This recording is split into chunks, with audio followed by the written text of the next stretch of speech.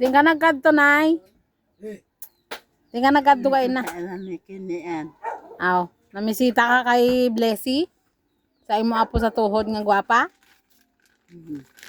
Te, iimo gikongkong? Gikongkong mo si Blessy? Ha?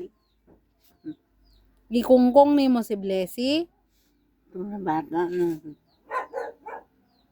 Yun may ang kanya kinaranasan. Bata ni Virgie. Bata na. Sino bata? Berdi ang bata ni. Kinian ara kay Berdi. Ang bata ni Kinian ara kay Virgie. Ang pumunta si Kinian. Umalis siguro si Ken.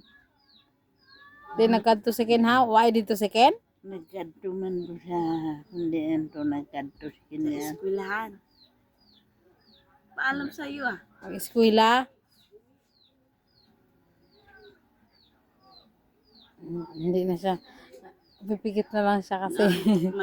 Hindi. Iniisip niya yon. Ganun yan pagbibigay ka ng maraming May choices. kwento yan ng umaga. Ano naman? Binigyan mo daw siyang kwarta. Hmm? Na? Binigyan ka ni mama ng kwarta. Tapos wala naman. Ano? Gitagaan ta ka sang kwarta?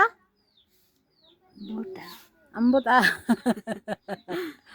Tapos sabi mo pinakita niya lang sa sweldo. Nagsiling ko sa imo nga swelduhan tapod ka. Na. Swelduhan pug ka?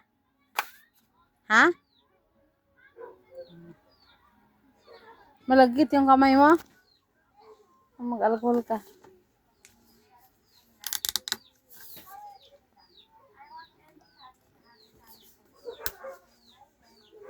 Sinuhubog kanina la.